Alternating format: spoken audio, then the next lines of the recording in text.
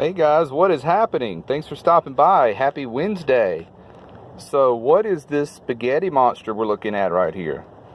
Well, this is, I've just doubled my power. I had the one battery, the 60 amp hour. Well, I got another and wired them in parallel. Just red to red and black to black. So that doubles your amp hours and keeps your voltage the same, still 12 volts. So let's see. Right now I'm using alligator clips on all my accessories and it is a mess, but that is going to change in about a week. So let's hook up the voltage tester here and let's see where the batteries stand at this moment. 14.1. They're also hooked up to the solar panel, so that is not a resting charge. That is as it's charging right now. I'm using no amps because I'm not using any accessories. My controller says 14.1, 14.2, so I'm thinking those are accurate.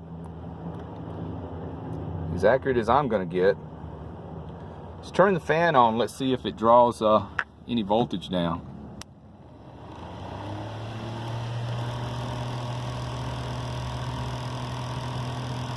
Yeah, okay, so that makes sense. It should drop a little bit when it's under load. So there's my little 12 volt fan that I get mounted right here. And I can swivel it around wherever I want. But I got to start running the fan more, and I'll tell you why. Condensation's the reason. And running the fan should help control that condensation. So this wire here is running up to the solar panels on the roof. I have those flexible, foldable, portable solar panels, 200 watts. And this cord here is going to the controller, which is right there, and back down to the batteries. All right, so let's get the fan and the voltage tester unhooked here. And let's put those away. Okay, so that is a mess of wires. A mess of wires. I have not got any of my little fuse ports with the USBs and the cigarette lighters and all that stuff put in yet. So every time I need an accessory, I have to hook on with a alligator clip.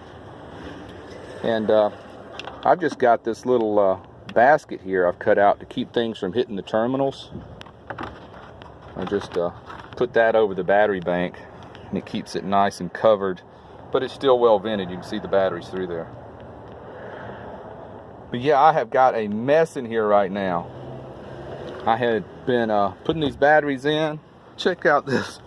I'm never going to do this again. Show my mess. What a mess. What a hobo lives here. This is insane. Here's the culprit of my condensation, this little buddy heater. I seldom use it, but the last 3 nights in a row it's got down to 15 degrees Fahrenheit, so I've been using it. And but since we're in March already, I'm not going to buy the Wave 3 until next winter. I'm just going to make do with what I've got. It's good enough. I've only used 2 or 3 of these little propane bottles the whole winter. I never did go and get a big propane tank, even though I have room for it over behind the bed there. Never did even bother doing that. As little as I use it, I'm very comfortable down to about freezing. You know, I can control it pretty well, but 15 degrees for the last 3 nights, it's been pretty brutal.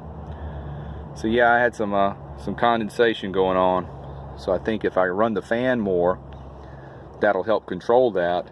And with my double power now, let's see, so I've got a total of 120 amp hours now, and the fan draws less than 1 amp per hour. So I have got it made now.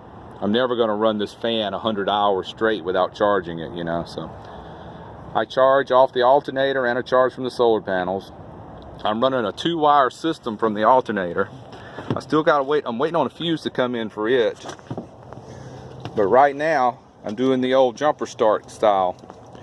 I got some heavy gauge I run a 2-wire system. So I am using, to complete the circuit, I'm using positive and negative. I'm not just running a positive like a lot of people do, and then they complete the circuit by screwing onto the chassis. I'm not doing that, but I am going to add a fuse here, because I've already got a fuse coming off the starter battery right by the terminal about a foot away, and I've got to do that with that one. I just got to get these over to the mechanic shop and get him to crimp on some connectors for me. So I hardly use the solar panels. I usually just, when I'm driving, I hook on the alligator clips and let the alternator charge it, and that's not a good idea to do permanently without that fuse. So please do not follow my example. Get yourself a fuse, which I will be doing in the next few days. But yeah, I'm running a 2-wire system to complete the circuit, because in my job I deal with 12 and 24 volt devices every day, and we use a 2-wire system. We don't ground on the chassis. So that's the way I'm doing it, guys. That's all I got today. Everybody take care, be well, and hit the alert bell, and let's keep in touch. See you next time. Bye.